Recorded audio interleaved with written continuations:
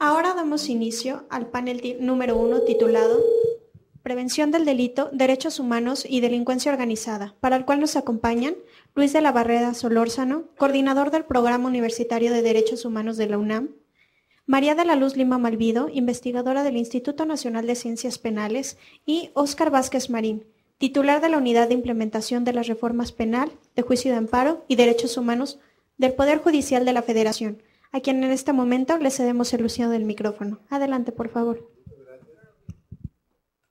Buenos días tengan todos ustedes. Es un honor para mí asistir al Instituto.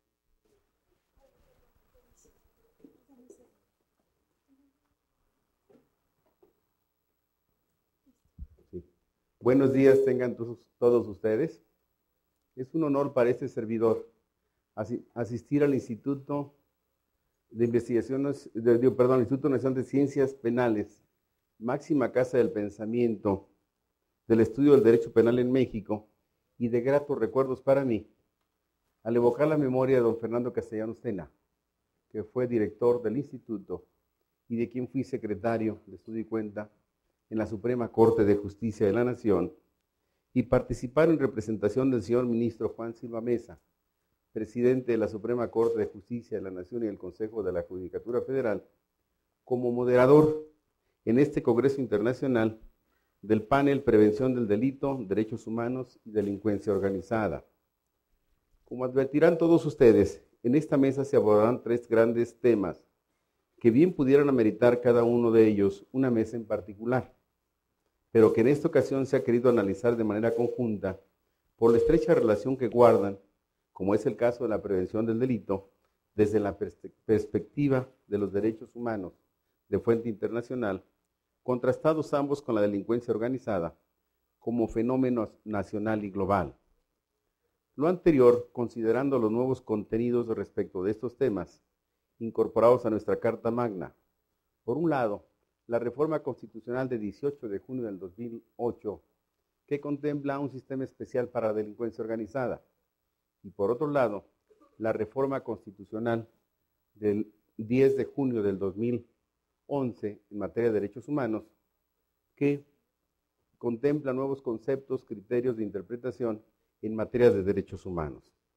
Ahora bien, para explicar si es posible prevenir, investigar y juzgar y sancionar al crimen organizado, respetando los derechos humanos de los inculpados y las víctimas del delito, contamos con la participación de dos destacados juristas y penalistas mexicanos que a lo largo de su amplia trayectoria profesional han tratado de responder este interrogante. Me refiero a la doctora María de la Luz Lima Malvido, bienvenida, y al doctor Luis de la Barreda Solórzano.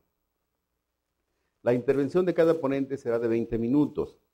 Concluida la intervención de ambos, se otorgarán 5 minutos a cada panelista para formular comentarios de los temas tratados en la exposición. Al final se contará con un lapso de 10 minutos para preguntas y respuestas.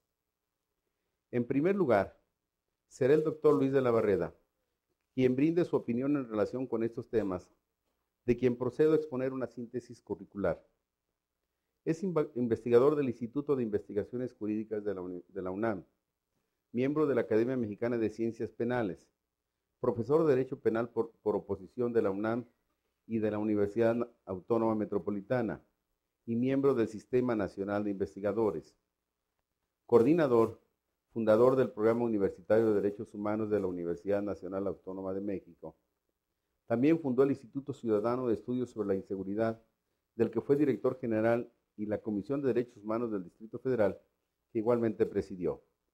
Asimismo, fue visitador penitenciario de la Comisión Nacional de Derechos Humanos y ha sido profesor de la Maestría Latinoamericana en Ciencias Penales y Criminología que se imparte en la Universidad de Zulia, Maracaibo, Venezuela. Es autor de varios libros, entre los que se encuentran La tortura en México, Justicia Penal y Derechos Humanos, Educación y Derechos Humanos. Doctor, tiene usted el uso de la palabra por 20 minutos. Gracias, es un gran honor para mí participar en este congreso. Agradezco la invitación a los organizadores y muy especialmente a mi querido amigo, el presidente de la Société, doctor Luis Arroyo Zapatero.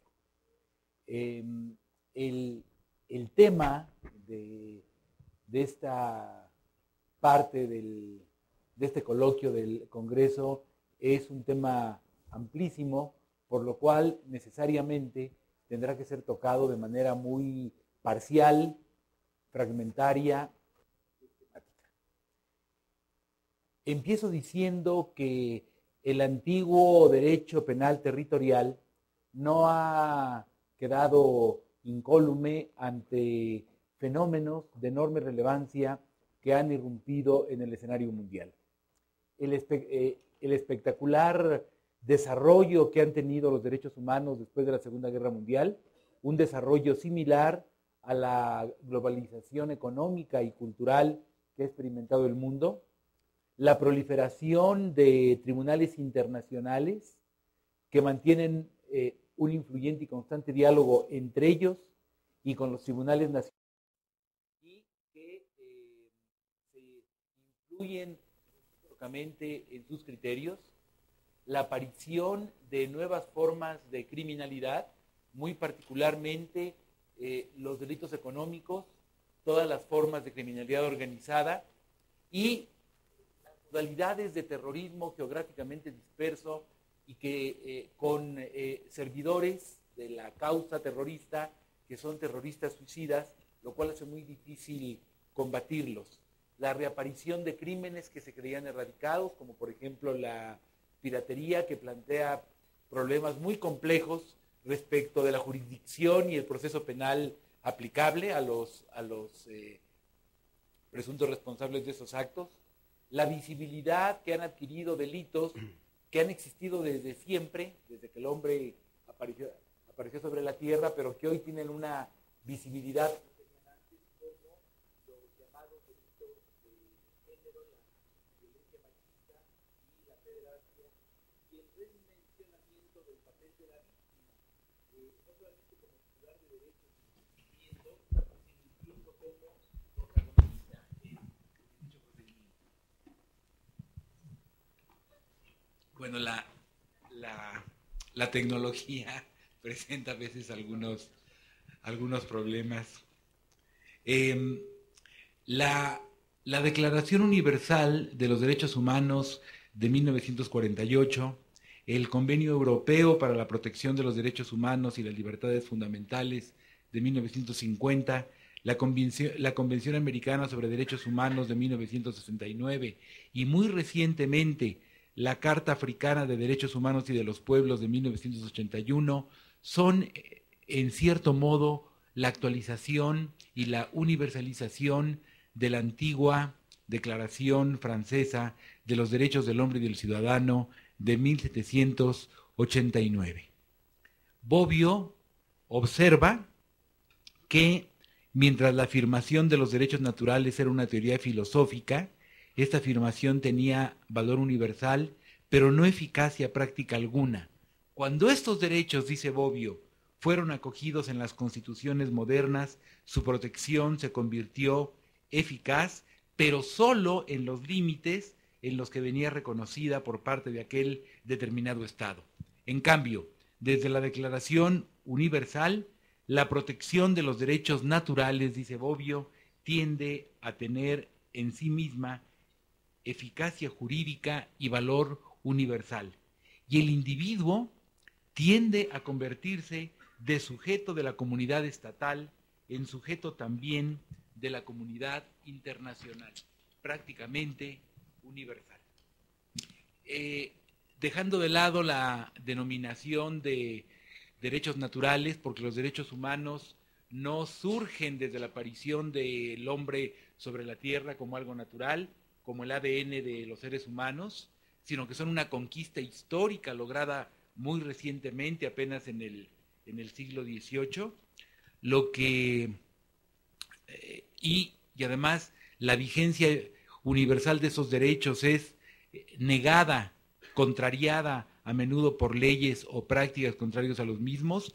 Lo que es relevante es que la adopción por parte de la Asamblea General de las Naciones Unidas del criterio de que todos los seres humanos nacen libres e iguales en dignidad y derechos tiene una relevancia histórica colosal. La más grande asamblea de naciones donde están representados los países de muy diversas características, está reconociendo que los derechos humanos pertenecen a cualquier ser humano por el hecho de serlo. Esta declaración entonces supone la mayor conciencia alcanzada por los seres humanos de la esencial unidad de su propia especie a partir del atributo de la dignidad. En concordancia con este reconocimiento, dice la propia declaración, nada en la presente declaración podrá interpretarse en el sentido de que confiere derecho alguno al Estado o a un grupo o a una persona para emprender y desarrollar actividades o realizar actos tendientes a la supresión de cualquiera de los derechos y libertades proclamados en esta declaración. Por eso Luigi Ferrajoli dice con toda razón que los derechos humanos son derechos supraestatales a los que los estados están vinculados y subordinados también en el plano del derecho internacional. No es gratuito que la Declaración Universal surja precisamente después de la Segunda Guerra Mundial y después de las atrocidades cometidas en la Alemania nazi y en la Unión de Repúblicas Soviéticas Socialistas. La Carta de San Francisco de 1945 y la Declaración Universal de 1948 son la respuesta humanitaria, la respuesta de lo mejor del espíritu humano a estas atrocidades, a las atrocidades de la propia guerra y a las atrocidades de las que mucho menos se habla y mucho menos se ha escrito, que siguieron a la Segunda Guerra Mundial. La violación masiva de mujeres, el linchamiento de los ejércitos vencidos, etcétera. Sobre esto no se ha escrito suficiente, pero ya empieza a aparecer una literatura muy importante. Los horrores que siguieron a la Segunda Guerra Mundial son en magnitud similares a los horrores de la propia guerra. A partir de esta Declaración Universal han surgido instrumentos fundamentales como el Pacto Internacional sobre Derechos Económicos, Sociales y Culturales y el Pacto Internacional sobre Derechos Civiles y Políticos, y una amplísima gama de instrumentos internacionales sobre los temas más diversos: derechos de los niños, de los ancianos, de las mujeres, de los trabajadores, contra la tortura, contra la discriminación, contra la desaparición forzada, etcétera. Y surgen 3 cortes internacionales muy importantes: el Tribunal Europeo de Derechos Humanos, la Corte Interamericana de Derechos Humanos y también muy recientemente, hace apenas 6 años, la Corte Africana de Derechos Humanos y de los Pueblos, y surge también en 1998 la Corte Penal Internacional, que a diferencia de tribunales internacionales penales anteriores como el de Nuremberg, el de Tokio, el que se forma para los crímenes de la antigua Yugoslavia, es un tribunal penal internacional permanente, es decir, que está previsto que juzgue los crímenes de los que es competente que ocurran a partir de su creación, no los crímenes pasados, sino los crímenes futuros. Y se da entonces un diálogo muy interesante entre los tribunales nacionales y los tribunales internacionales. Los tribunales nacionales deben cumplir con las sentencias de los tribunales internacionales que les condenen a realizar algún acto y deben coadyuvar con el Tribunal Internacional a efecto de que las autoridades nacionales también cumplan con la condena. Y a su vez, los tribunales internacionales deben defender la jurisdicción nacional y abstenerse de toda intromisión en los temas nacionales, en tanto no quede totalmente claro que resulte inevitable intervenir. Unos y otros deben cooperar en la recolección de evidencias, el desahogo de pruebas, el reenvío de expedientes, etcétera.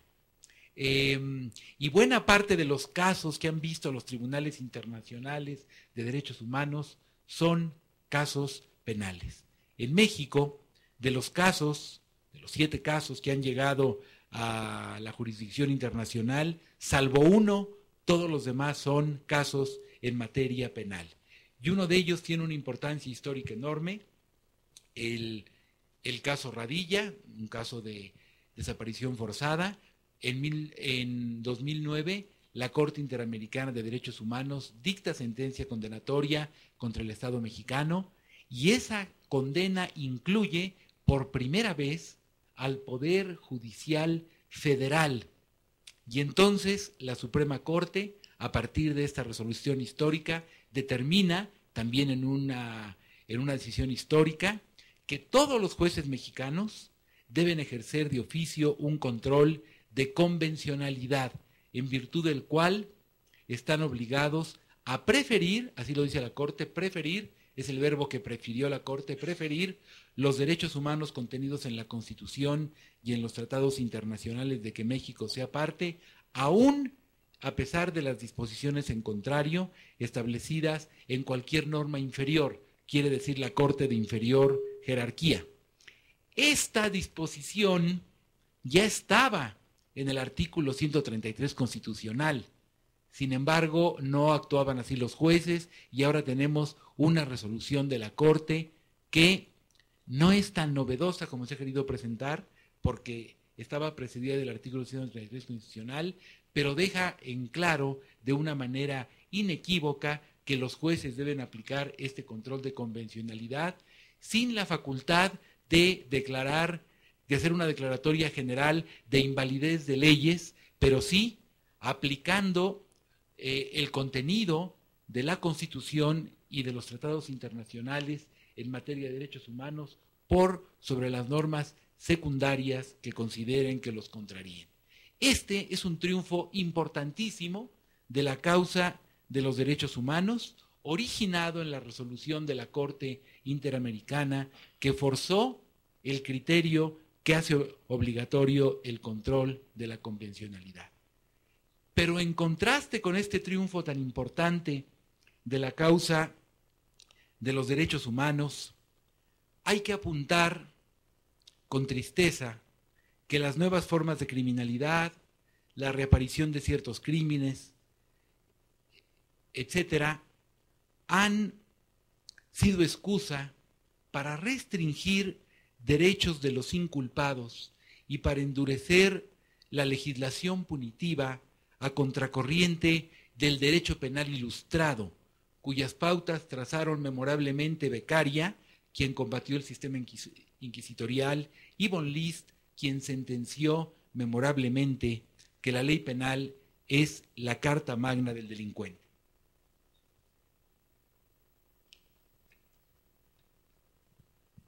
La lucha antiterrorista, imprescindible, de la mayor relevancia para preservar la convivencia civilizada y el Estado de Derecho, ha servido, sin embargo, para justificar ese indefendible limbo jurídico que es la prisión de Guantánamo o la utilización de la tortura como instrumento para arrancar confesiones o información a sospechosos de terrorismo.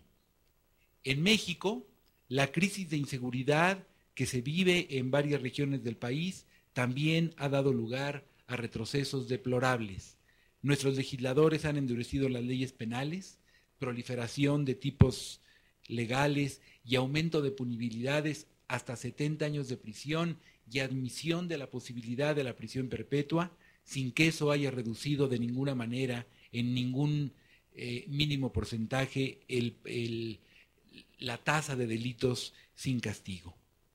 Hay una exasperación y un miedo producidos por la delincuencia, y entonces hay una percepción inducida muchas veces por los medios de comunicación de que para combatir la inseguridad y la criminalidad con éxito es preciso sacrificar los derechos humanos. Esta postura ignora que los países más seguros del mundo son asimismo aquellos en los que hay más respeto a los derechos humanos.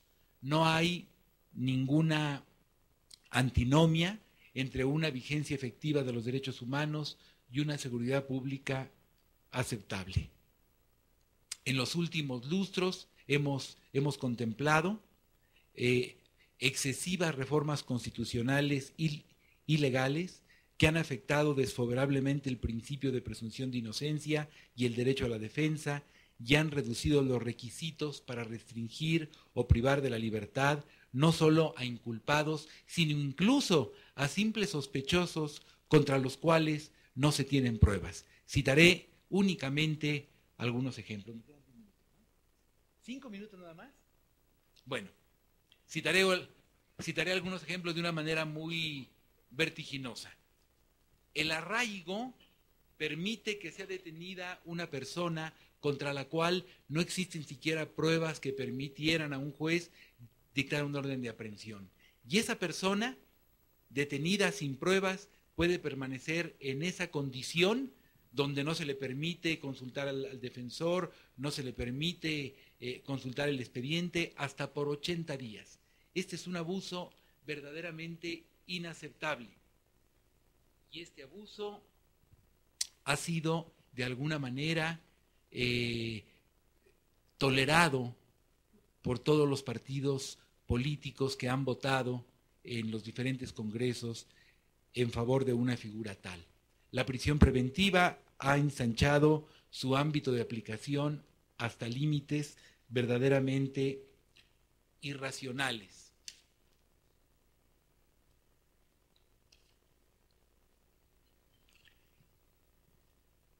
Y en cuanto a la delincuencia organizada, esto ha hecho mella, ha vulnerado de una manera muy seria a nuestras instituciones.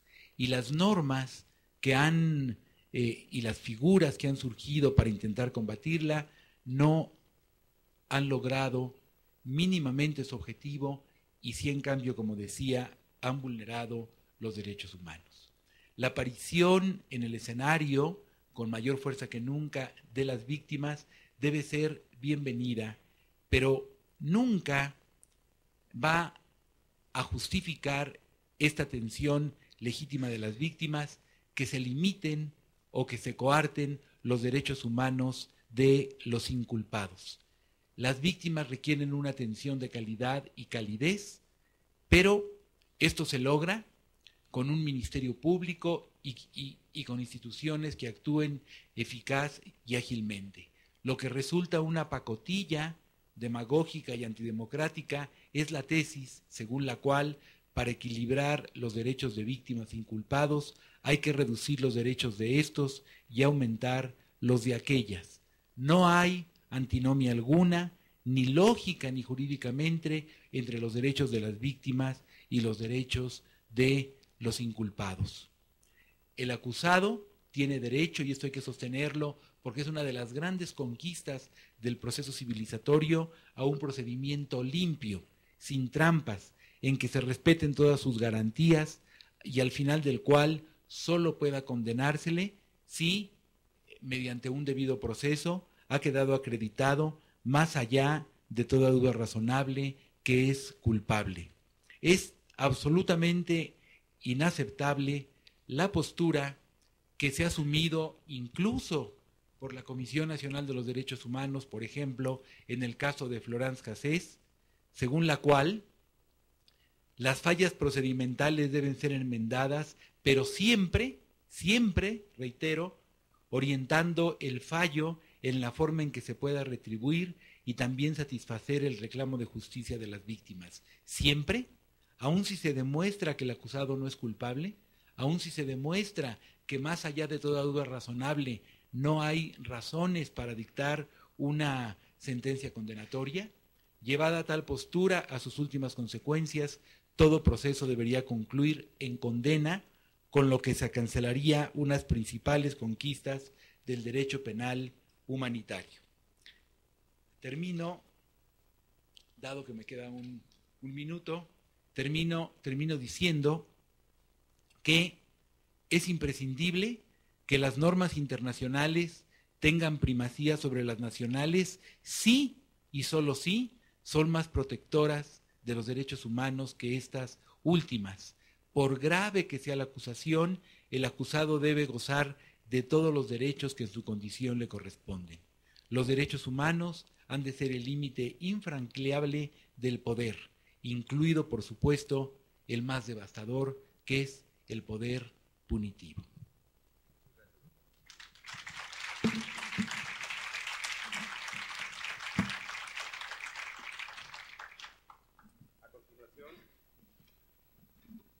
A continuación, tengo el honor de dar la intervención a la doctora María de la Luz Lima Malvido, cuyo currículum expondré a continuación.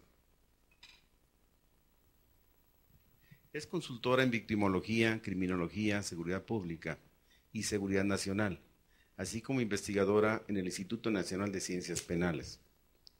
Profesora titular por oposición en la materia de Derecho Penal de la UNAM. Ha sido catedrática en diversas maestrías en México y en el extranjero, en temas de victimología, derechos humanos, criminología y derecho victimal. Es presidenta de la Red Social de Victimología y de la Sociedad Mexicana de Victimología, miembro del Comité Ejecutivo tanto de la Sociedad Mundial de Victimología como de la Sociedad Internacional de Criminología y miembro numerario de la Academia Mexicana de Ciencias Penales.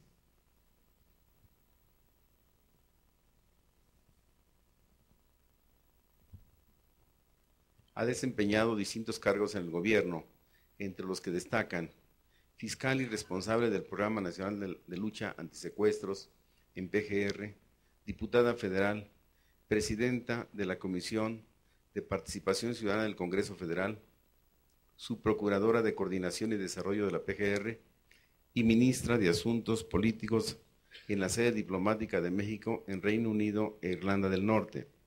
La doctora Lima tiene una vasta obra escrita, entre las que se cuentan libros, artículos y manuales. 3 de estos fueron elaborados por las Naciones Unidas. Doctora, tiene usted el uso de la palabra por 20 minutos.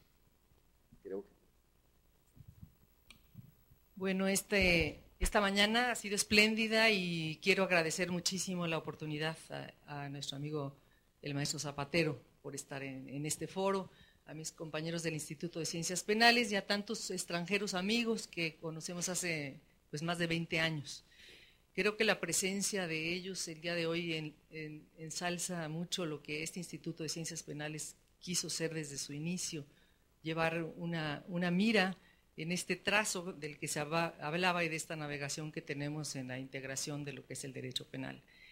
El tema indudablemente es muy amplio, es el tema de prevención de derechos humanos, y yo lo voy a orientar, si bien a la parte de la delincuencia organizada, básicamente voy a hacerlo con una visión victimológica, ya que este instituto tiene su maestría ahora en victimología, se volvió a abrir después de 10 años, eso es muy importante, estamos formando recursos humanos y van a ver ustedes para qué cantidad de áreas es para la cual se están formando estos recursos humanos.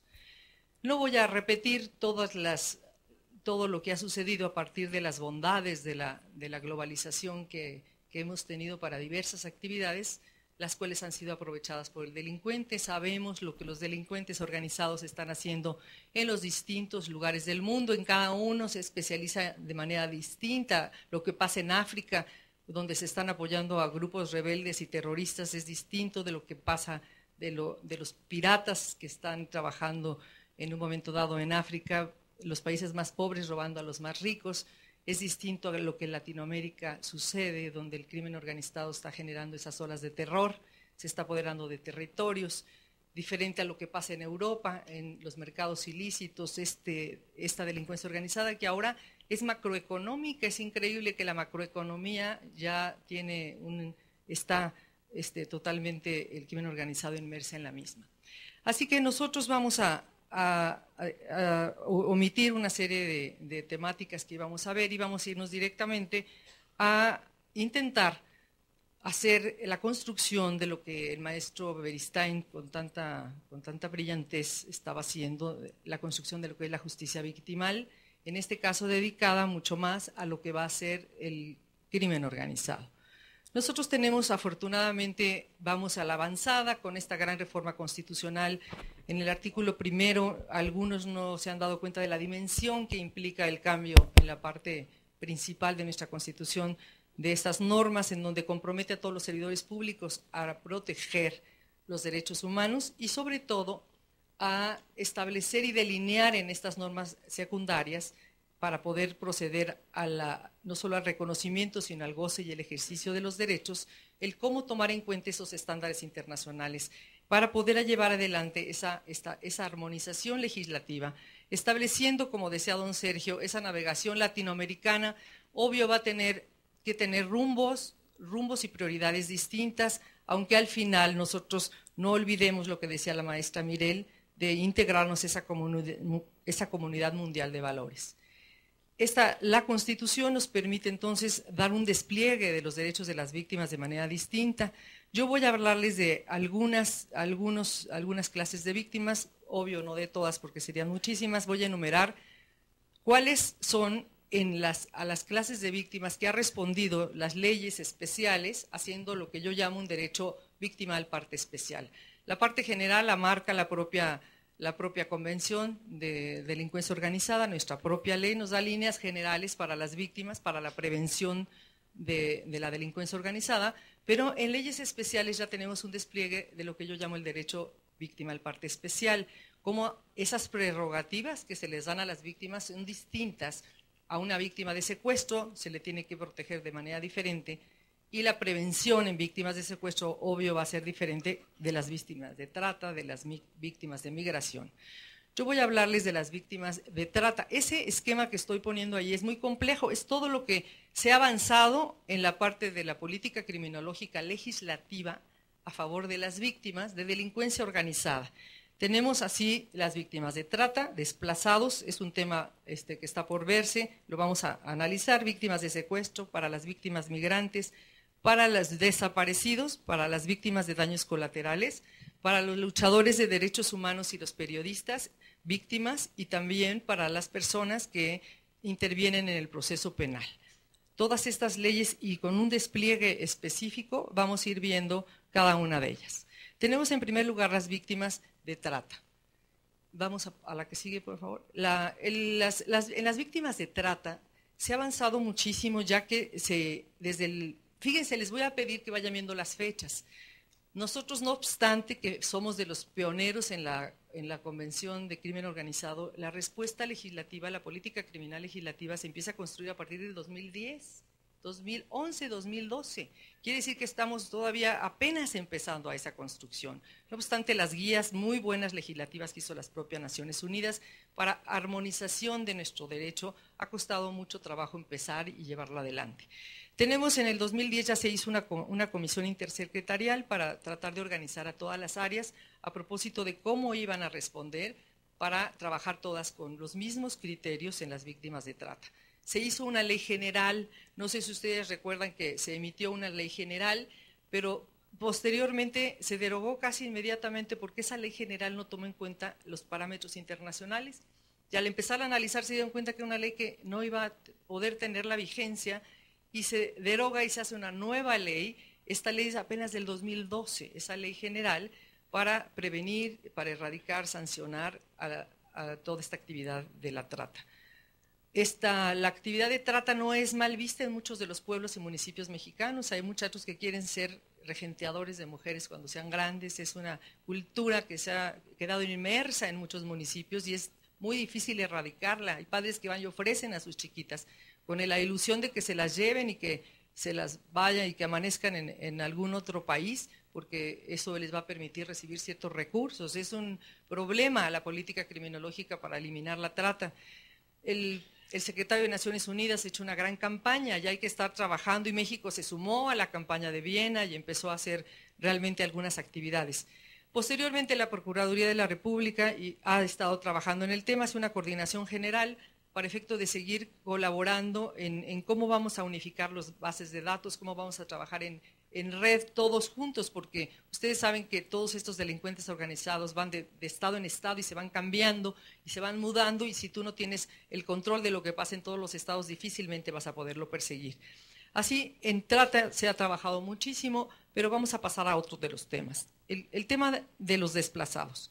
Este es un tema pendiente en México, ya que no se ha dado todavía no se ha hecho un diagnóstico de la dimensión que tienen las personas que se están desplazando. Como dice Naciones Unidas, se trata de las personas que se van de manera forzosa o escapan de sus hogares, pero no se han ido del país, están dentro de nuestras fronteras.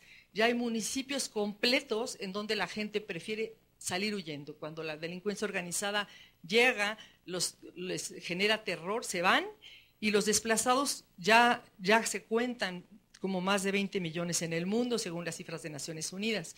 Naciones Unidas ha emitido unos principios rectores para los desplazados, que me parece muy importante que México los vea, los analice, y se empiece a hacer algo sobre la política pública de desplazados.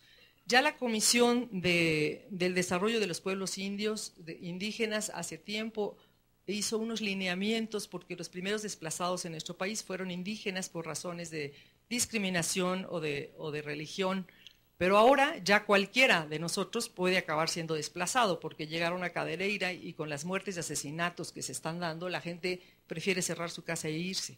Los primeros empresarios que quedaron desplazados de sus fincas, los cafetaleros en Chiapas, y así ya se cuentan por miles. Hay una organización civil que hizo el primer conteo de 150,000 desplazados ya en México. Así como Colombia tuvo que legislar en su ley de víctimas un capítulo de desplazados, México lo tendrá que hacer. ¿Qué va a suceder con todas esas personas que a futuro, cuando vuelva la gobernanza en algunos municipios, quieran rescatar y tengan derechos para recuperar sus tierras perdidas, sus casas? Este es un tema, repito entonces, pendiente, el tema de los desplazados. Nos vamos al tema que sigue, vamos a analizar las víctimas de secuestro. Indudablemente, dado que la gran trabajo de la sociedad civil en movimientos sociales cambia a veces las leyes. Desgraciadamente, esperamos a un caso relevante para darnos cuenta de que hace falta una política pública y empezar a cambiar las cosas, desgraciadamente. Pero bueno, sucedió en secuestro. La primer conteo que se hizo en la Procuraduría de la República se hizo en 90. Ya se habían visto como los estados con mayores secuestros, Nayarit y Sinaloa. Después hizo otro recuento en el 2006. En el 2000 se hizo una firma con todos los procuradores para hacer un gran acuerdo nacional. De repente se les olvidó que ya se había firmado y volvemos a aparecer con otro acuerdo nacional. Vamos 3. El último recuento nacional lo acaba de firmar hace muy poco la procuradora con todos los procuradores. Y yo he visto iniciarse el registro de voz, el registro nacional de pruebas periciales, de todas las evidencias periciales que hay de los secuestros en México más de 3 veces. Se desaparecen, se destruyen y se vuelven a empezar a construir. Esto no podría seguir pasando. Hay que legislar tipos penales a propósito del servidor público que tenga en custodia bases de datos estratégicas y cuando se va se las lleva.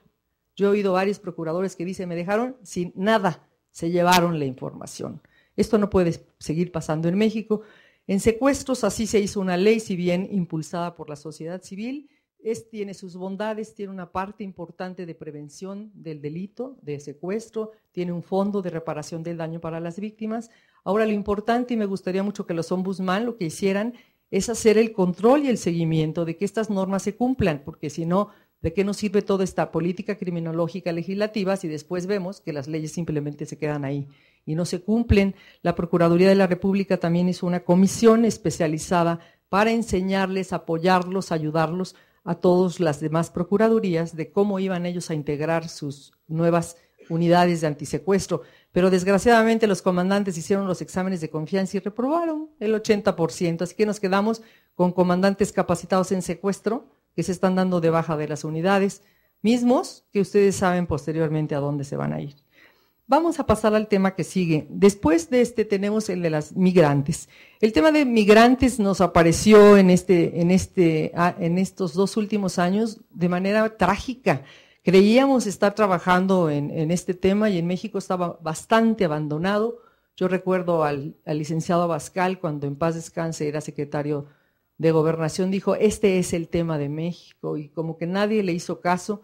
Tenemos un Instituto Nacional de Migración que no está equipado ni hecho para la tarea que se viene y que se está realizando, ya que el crimen organizado eligió y escogió a los migrantes como una fuente de explotación para llevarlos de migrantes, de esclavos a otros lugares. Tenemos algunos avances, la ley nueva de migración, véanla, también es muy nueva. Tenemos nosotros una ley del 2011 y un reglamento de 2012 con ley ya tiene un capítulo muy importante a propósito de las víctimas del delito, de las víctimas extranjeras. Se traspola la definición de las Naciones Unidas a esta ley y se hace ya un intento y se crea lo que me gustó mucho, el oficial de protección de la infancia para ayuda humanitaria, figuras para las víctimas menores que se trasladan sin acompañamiento para que no se violen sus derechos humanos de las chiquitas. Y así, de las víctimas desaparecidas, sería uno de los penúltimos temas. Las víctimas desaparecidas en México ya son muchas, las personas que desaparecen, así que tenemos una ley que ordena el Registro Nacional de Datos de Extraviados y Desaparecidos. También tenemos un programa nacional denominado Genética Forense para hacer los perfiles de todos los desaparecidos, perfiles forenses que se van a empezar a hacer a través de las familias. Tenemos nosotros que 19 entidades federativas tienen ya su banco genético, nos faltan 13 para que servicios periciales también las tenga. Y también dentro de esto se acaba de detonar hace unos días lo que es la alerta Amber. La alerta Amber que empezó en Estados Unidos hace algunos años a propósito de una chiquita que iba en bicicleta y fue asesinada. México se suman 32 entidades federativas a esto, se hace la alerta que ustedes saben que es un llamado inmediato con toda una red para poder responder rápidamente en la búsqueda de los menores de 18 años. Esta alerta Amber se dice que México es el primer país latinoamericano, no es cierto, México la implementa en mayo, pero ya Guatemala la había implementado, yo la vi puesta en acción en Guatemala, sobre todo para las áreas de los municipios pequeñitos. Así que tenemos ahí el último, otro tema, bueno, otros dos temas rapidísimo que voy a ver, es el tema de los menores afectados por daños colaterales. Esto quiero decirles que es importante, el gobernador de Chihuahua abrió un fideicomiso para los huérfanos de la guerra, de la guerra, comillas, de crimen organizado. Tiene tantos niños, más de 1000 niños que se quedaron sin familias, no necesariamente hijos de narcotraficantes, nada. Estaban en la calle y los fueron lastimando, hiriendo y se quedaron algunos sin familias. Este fideicomiso que abrió el gobernador es muy importante para las políticas públicas de los niños que quedan en esas condiciones en Chihuahua. Y hay otro que se hizo en Durango, que es una oficina alterna de la oficina del gobernador, que saca el acuerdo para el apoyo de las familias de los cadáveres que se encontraron en las fosas. Esta chica Imelda está haciendo un trabajo excelente para que estas familias pudieran tener apoyo. Y por último, bueno, son dos leyes más que también se emitieron, que es la ley para la protección de periodistas y defensores de derechos humanos. El presupuesto de la Nación ya definió un fondo para apoyo de estos periodistas y un mecanismo para que pidan un apoyo inmediato, ya que los periodistas a sacar las notas de delincuencia organizada los matan, entonces tienen ya un apoyo, piden el apoyo, se les manda blindar su coche, se les apoya, se les ponen los escoltas cuando están en peligro de muerte. Y también se sacó otra ley nueva, que es la ley de protección a las personas que están interviniendo en un juicio penal, sean víctimas, policías, peritos, que puedan demostrar que están en un estado grave de riesgo. Hay otro fondo y hay un mecanismo para que estos pidan el derecho de protección. Como ustedes ven, el derecho victimal en México ha crecido de manera exorbitante. Hay muchísimas cosas. Lo que pasa es que a veces no se conocen, pero ya se construyó la justicia victimal, esta parte que no tiene nada que ver con el juicio ni con los derechos del delincuente. Esta es una legislación construida y hecha para permitirles a las víctimas la reparación a veces simbólica del daño, la reparación real, o bien por lo menos la garantía de vida en tanto se animan a estar en el procedimiento y puedan mejorar a través de ciertas políticas públicas que ordena ya en algunas sentencias la Corte Interamericana de Derechos Humanos, para que la víctima tenga condiciones adecuadas de vida y nos aseguremos sobre todo de la no repetición en casos graves de violaciones a derechos humanos. Gracias. Gracias.